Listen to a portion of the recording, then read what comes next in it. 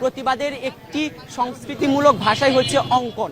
আজকে সারাদিন ব্যাপী আমরা শহরের বিভিন্ন মোড়ে মোড়ে, আমরা মুক্তির মোড়েও ইতিমধ্যে আমরা অঙ্কন করেছি, আমরা নওগাঁ সরকারি কলেজের সামনে অঙ্কন করেছি, আর এখন আমরা হচ্ছে নওগাঁ জেলা পরিষদ পার্কের সামনে আমরা অঙ্কন করছি। আমরা মূলত এখানে ইসরায়েলের পতাকা, আমেরিকার পতাকা এবং হচ্ছে ভারতের পতাকা অঙ্কন করছি।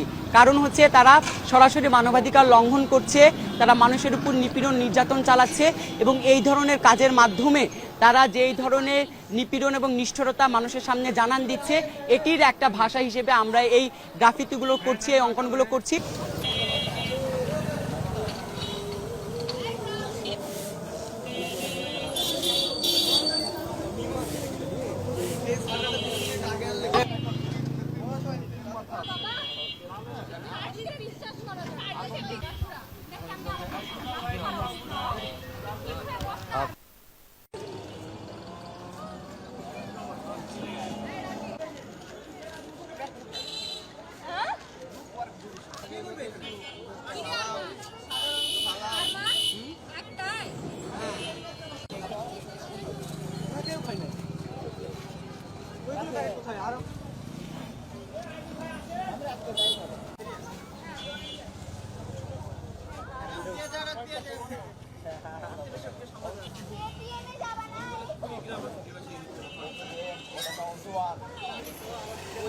বেশি গাঢ় হয়ে গেছে।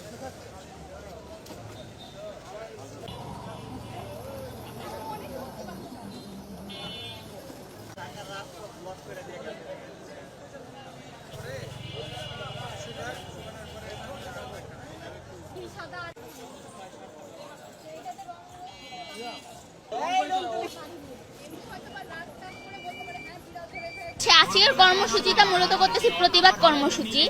আমরা হচ্ছে গ্রাফিতি করে সবাইকে জানানোর চেষ্টা করতেছি, জানানোর চেষ্টা আগামীতেও করব।